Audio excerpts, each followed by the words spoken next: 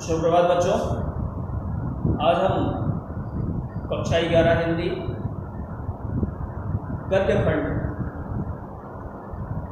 पाठ 7 रजनी,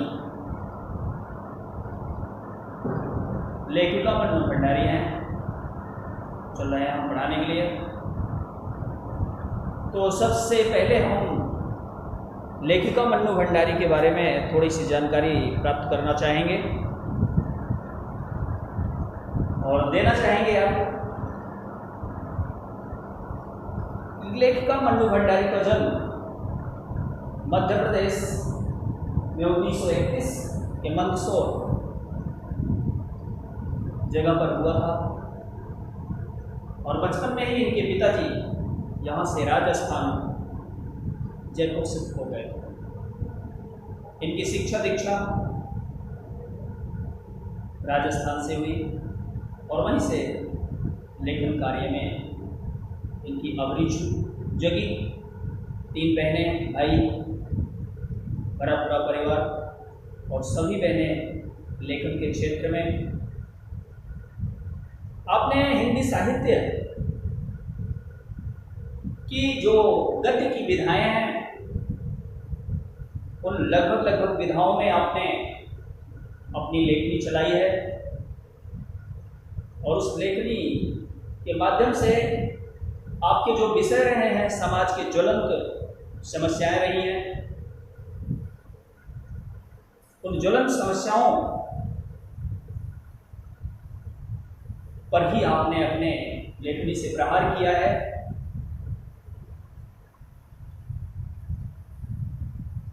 और लोगों को उससे निजात दिलाने की कोशिश की। रजनी एक अंक की धारावाहिक है जिसको आपने पटकथा के लिए लिखा था। इस पर सीरियल भी बना। होता क्या है कि पटकथा क्यों लोकप्रिय होता है? इसलिए पटकथा लोकप्रिय हो जाती है क्योंकि इसमें श्रवण के साथ साथ दर्शकों को भी लुभाने की क्षमता होती है और ये जब चित्रपट से जुड़ जाता है तो इसकी रोचकता और बढ़ जाती है। तो आपने पटकथा के रूप में भी निर्मला, रजनी आदि जैसी पटकथाएं लिख करके समाज की समस्याओं का उजागर किया है। और भी कृतियां की रही, मैं हार गई, यही सच है, आपको देखा झूठ, बंटी, महाभोज इत्यादि आपके उपन्यास। और यहाँ पर रजनी एक ऐसी पात्र है जो हमारे इस नाटिका नायक, इसकी नायिका है।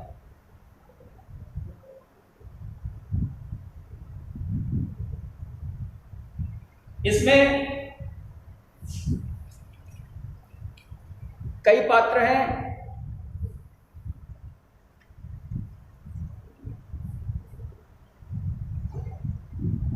और इसके माध्यम से समाज में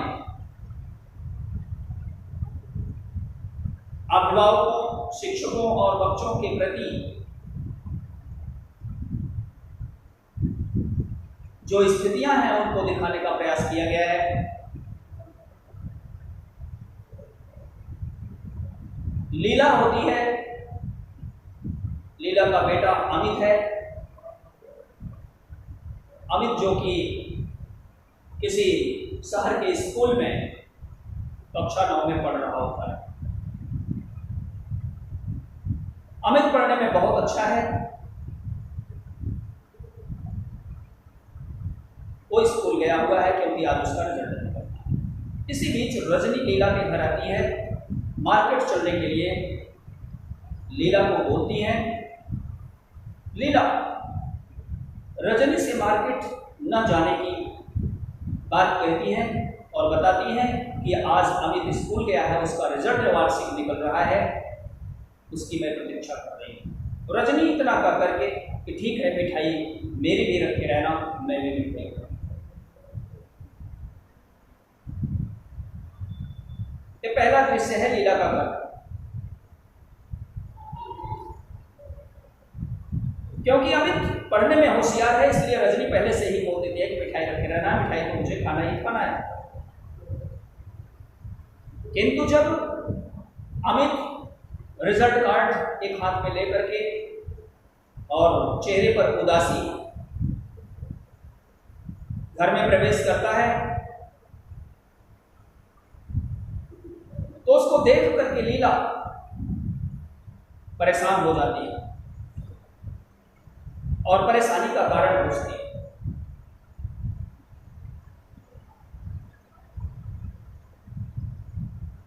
कुछ समय के बाद अमित बोलता है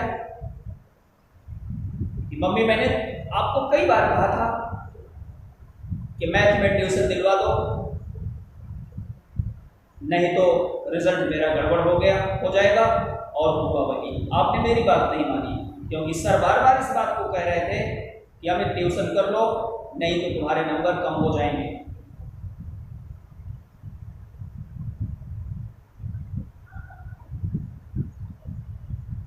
लीला बच्चे को समझाती है, अमित को समझाती है कि तुम पढ़ने में अच्छा है,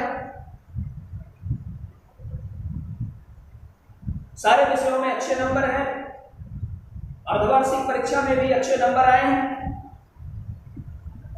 तो फिर केवल मैथ में ही ऐसा क्यों हुआ?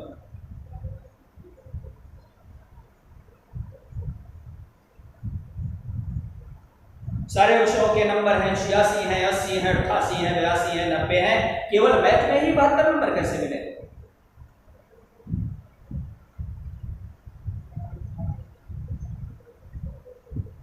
ट्यूशन तो उन बच्चों को लगाया जाता है जो पढ़ने में कमजोर होते हैं, जिनको सहायता की जरूरत होती है।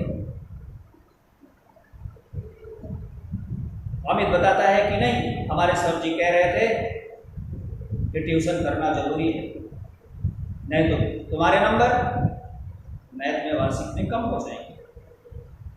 इसी बीच वहां पर रजनी का प्रवेश होता है। रजनी आती है और बोलती है रजनी कि जब पढ़ने में अच्छे हो, पिछली परीक्षा में भी तुम्हारे अच्छे अंक थे, सारे विषयों में अच्छे अंक हैं, तो फिर ट्यूशन लेने की जरूरत क्या थी? तो फिर नंबर कैसे कम हुए?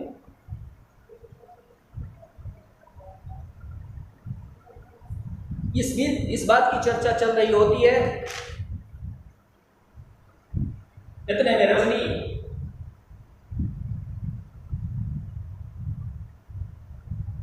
अमित को लेकर के रिपोर्ट कार्ड लेकर के प्रस्थान करती है स्कूल के लिए। दूसरा दृश्य आता है। दूसरा दृश्य स्थान है हेडमास्टर का कार्यालय।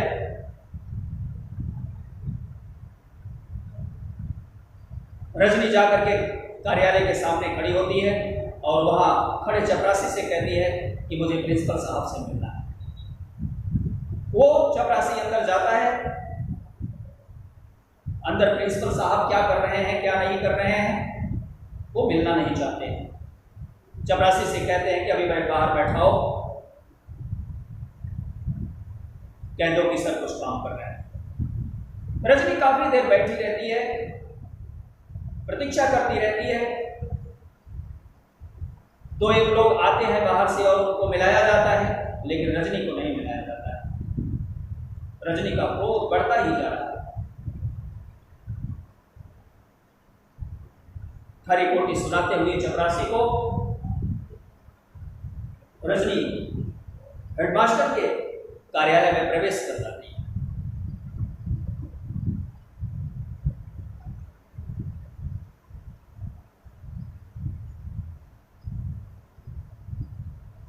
असंतुष्ट प्रधानाध्यापक रजनी को बिना आज्ञा के प्रवेश किए हुए देखकर क्रोधित होते हैं और चपरासी को डांटते हैं, लेकिन रजनी उस समय क्रोध में होती है। रजनी कहती है, हेडमास्टर साहब, मैं आपसे मिलने इसलिए आई हूं क्योंकि आप प्रिंसिपल हैं। मैं अमित को वार्षिक परीक्षा फल की जो परिणाम है वो आप देख लीजिए सारे विषयों में अच्छे अंक हैं, फिर भी मैथ में कम है, मैं वार्षिक कॉपी देखना चाहती हूँ। प्रधानाचार्य महोदय कॉपी दिखाने से मना करते हैं। उन्होंने वो कहते हैं कि वार्षिक परीक्षा फल का परिणाम घोषित होता है, हम रिजल्ट कार्ड देते हैं, हम प्रोग्रेस कार्ड देते हैं, हम वार्षिक कॉपी नहीं दिखाते। रजनी पुनः तर्क करती है, यदि किसी अभिभावक को, यदि बच्चे को, किसी भी पेरेंट्स को कोई दिक्कत होती है तो क्या उसे कॉपी देखने का अधिकार नहीं है? प्रिंसिपल साहब मना करते हैं कि नहीं, हम वार्षिक, ये हमारा रूल है, हम वार्षिक कॉपी नहीं दिखाते हैं। तो रजनी फिर तुरंत वहां पर बात करती है, ऐसी ऐसी बात है, आपके टीचर जो है वो बच्चे को ट्यूशन लेने के लिए मजबूर करते हैं, विवश करते हैं, और अगर वो किसी भी कारण से ट्यूशन नहीं लेता है तो उसके अंक काट दिए जाते हैं। प्रिंसिपल साहब इस बात को भी यह कहकर के टाल देते हैं कि ये शिक्षकों का और छात्रों का आपसी ताल्लुकात है, ये वो लोग जाने, स्कूल से इसका कोई मतलब नहीं। रजनी इस बात को सुन करके तैस में आती है और कहती है, ठीक है, अगर ये आपके बस की बात नहीं है तो आप इस कुर्सी पर क्यों बैठे हुए हैं? इस कुर्सी को छोड़ दीजिए, वो जो कुछ कर सकता हो वो उस कुर्सी पर बैठे। और वहां से दंदनाती हुई रजनी बाहर निकल आती है। तीसरा दृश्य होता है रजनी का घर। वो अपने घर पर आती है, दिमाग में बहुत सारी बातें चल रही होती हैं। जहां शाम का समय है, रजनी के पति घर पर बैठे हुए हैं, वो सारी बातें अपनी पति से बताती हैं। इस तरीके की घटना अमित के साथ हुई और इस स्कूल के अध्यापक ने, प्रिंसिपल ने इस तरीके से कार्य किया। उनके पति बहुत ही शालीन है, झगड़ा झंझट से दूर रहना चाहते हैं। वो रजनी को समझाते हैं कि रजनी, ये स्कूल का मामला है, ये उस बच्चे का मामला है, शिक्षक का मामला है, ये वो लोग जाने, इससे तुम्हारा क्या मतलब है? तुम्हारा बच्चा तो अभी पढ़ने लायक नहीं है, तो क्यों परेशान हो? लेकिन रजनी बहुत ही अच्छी तरीके से उत्तर देती है, क्या हमारी समस्या कभी फंसे तभी हम आवाज उठाएं, या हमारा बच्चा पढ़ने लायक हो तभी हम इस बात को उठाएं?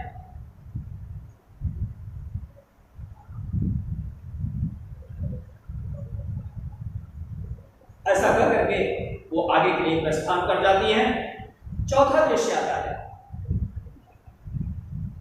जहां पर स्थान है डायरेक्टर साहब का कार्यालय, एजुकेशन के डायरेक्टर साहब का कार्यालय है।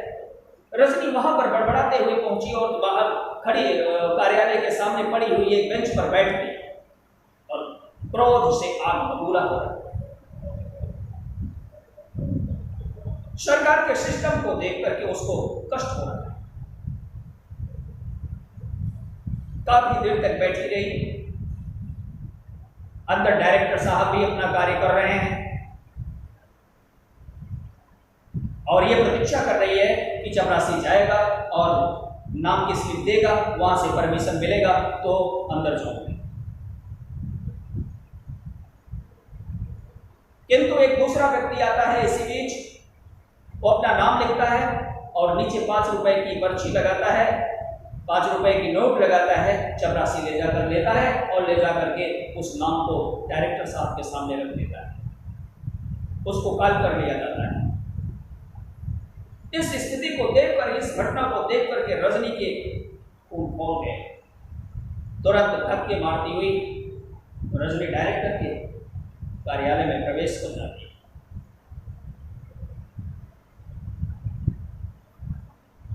डायरेक्टर साहब क्रोध में आकर के कहते हैं, जब तक की घंटी नहीं बजनी चाहिए थी, आपको स्लिप भेजनी चाहिए थी, आपको परमिशन लेकर आना चाहिए था, आपने बिना परमिशन के आप यहां पर प्रवेश कर गई।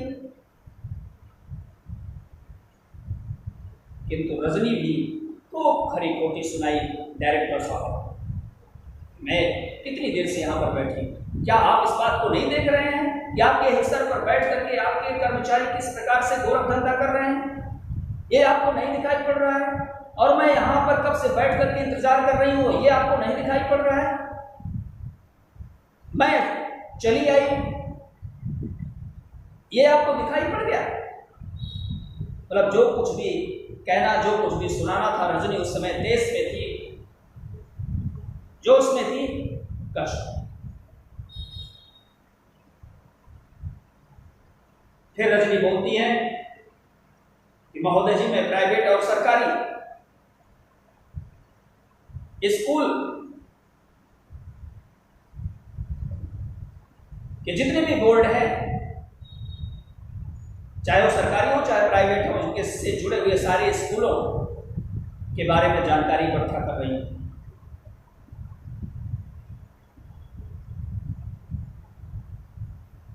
क्या आप जानकारी मुझे देंगे? डायरेक्टर साहब ने कहा, क्या आप कोई थीसिस लिख रही हैं क्या? जो जानकारी आपको चाहिए? बिल्कुल।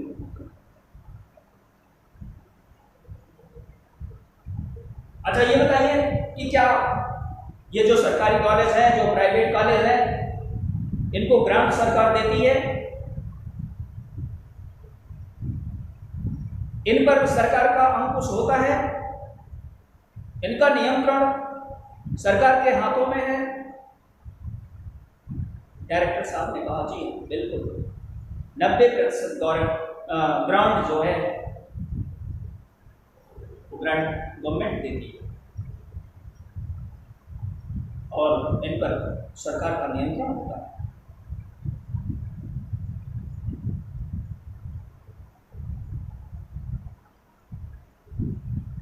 तो मान्यवर, मैं यही जानना चाहती हूं कि अगर सरकार ग्रांट देती है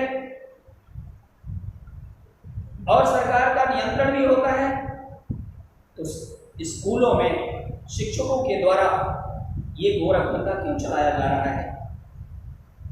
क्यों प्रतिभाशाली बच्चों के साथ अन्याय किया जा रहा है? क्यों गरीब माता पिता कि जो अपने बच्चे को किस तरीके से, किस कमाई से उनको स्कूल की फीस देने में भी अपनी असमर्थता जाहिर करते हैं, कहां से वो ट्यूशन करेंगे, कहां से वो पढ़ाएंगे? क्या कभी आपने इस बारे में जानने की कोशिश की?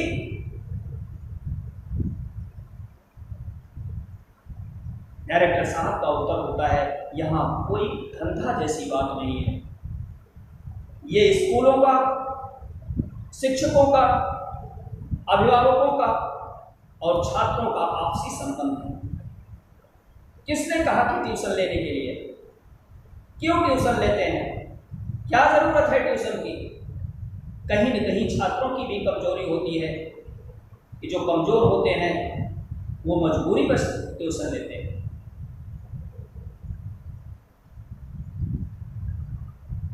तो महोदय, बस इसी मजबूरी के संदर्भ में भी मैं बात करना चाहती हूँ। अभी आपने कहा कि मजबूरी बस लेते हैं, तो इसी मजबूरी का लाभ बहुत सारे ऐसे शिक्षक हैं कि जो उठाते हैं। इनके लिए आपकी व्यवस्था में क्या प्रावधान है? इनके लिए आपकी सरकार ने क्या कर रखा है?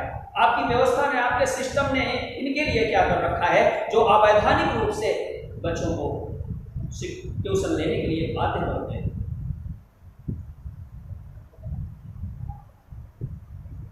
डायरेक्टर साहब भी इस बात को अच्छी तरीके से रजनी को नहीं समझा पाते हैं और न ही उत्तर दे पाते हैं, और यह कह करके चाट डाल देते हैं कि ये स्कूल प्रशासन जाने, ये प्रिंसिपल जाने और ये शिक्षक जाने, अभिभावक जाने, इससे हमारा कोई लेना देना नहीं।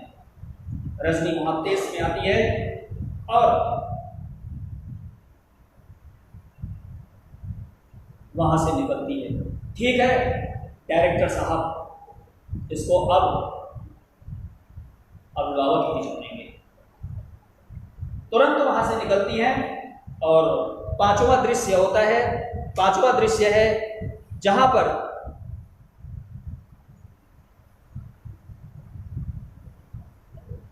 मीडिया संपादक का घर। संपादक के पास पहुंचती हैं। संपादक रजनी की बड़ी प्रशंसा करता है, कहता है कि ट्यूशन के विरोध में जो आपने एक मुहिम चलाई है, जो आपने एक आंदोलन खड़ा कर दिया है, वो बहुत ही सराहनीय कार्य है। इसकी मैं प्रशंसा करता हूं। रजनी इस बात को सुनती है, जोश में आ जाती है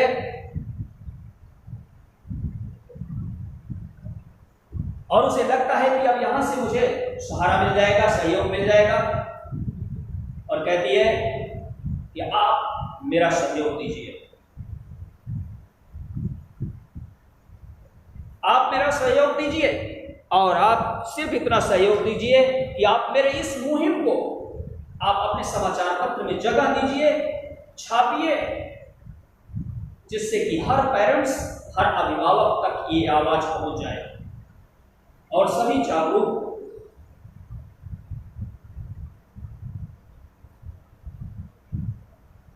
जिससे अभिभावकों को सहायता मिले और अच्छे बच्चों के भविष्य के साथ खिलवाड़ ना हो सके। ये जनहित का कार्य है। संपादक रजनी का साथ देने के लिए तैयार होता है और समाचार पत्र में छपता है।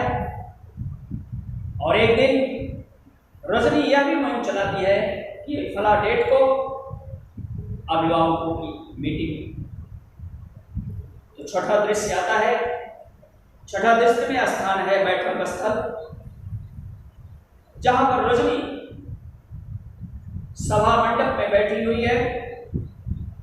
बाहर पोस्टर लगा हुआ है, कुछ अभिभावक बैठे हुए हैं, कुछ आ रहे हैं, लगभग 2000 की संख्या है। और रजनी बेझिझक सभी अभिभावकों को संबोधित कर रही है कि प्रिय अभिभावक बंधु, आपको इस विषय पर संज्ञान को लेना चाहिए कि प्राइवेट हो अथवा सरकारी स्कूल हो, शिक्षकों के द्वारा जो कार्य किया जा रहा है उनको उनका पारिश्रमिक मिलना चाहिए। अगर ऐसा नहीं होगा तो शिक्षक ट्यूशन करने के लिए बाध्य होगा और उसके संदर्भ में विसंगतियां आएंगी। हम लोगों को इस क्षेत्र में भी मुहिम चलाना चाहिए कि जो अच्छे बच्चे हैं उनके भविष्य के साथ खिलवाड़ ना हो, जो ट्यूशन लेने के लायक हो वही ट्यूशन। इस पर एक नियमावली बननी चाहिए, एक कानून बनना चाहिए। आप सब इसके लिए तैयार होइए, ये आप सबके लिए है और बच्चों के भविष्य के लिए। आप सब संगठित होइए, इसके लिए एक नियम बने, सरकार एक नियम बनाए और उसको पूरी तरीके से फॉलो कराए, जिससे बच्चों के भविष्य के साथ खिलवाड़ ना हो पाए। इस प्रकार से बैठक में रजनी ने भाषण दिया। इसके बाद सातवां दृश्य होता है रजनी का घर।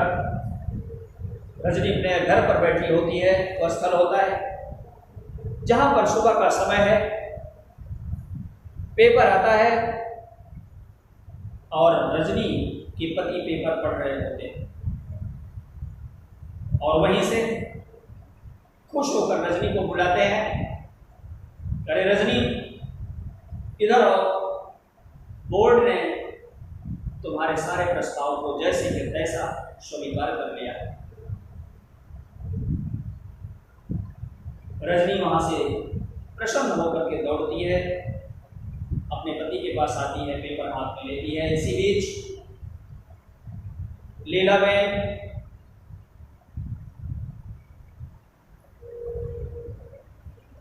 अमित और उसके पिता हाथ में मिठाई का डिब्बा लेकर के रजनी के पास आते हैं। पर्दा गिरता है, कानून बनता है। तो इस प्रकार से मेरे बच्चों, इस एक अंक की धारावाहिक और संक्षिप्त विवरण व्याख्यान मेरे द्वारा प्रस्तुत किया गया। आशा है कि आपकी समझ में जरूर आया होगा। जो भी बिंदुनाई हो उसको कमेंट में जरूर लिखिए, मैं पुनः प्रयास करूंगा उसको समझाने के लिए। धन्यवाद।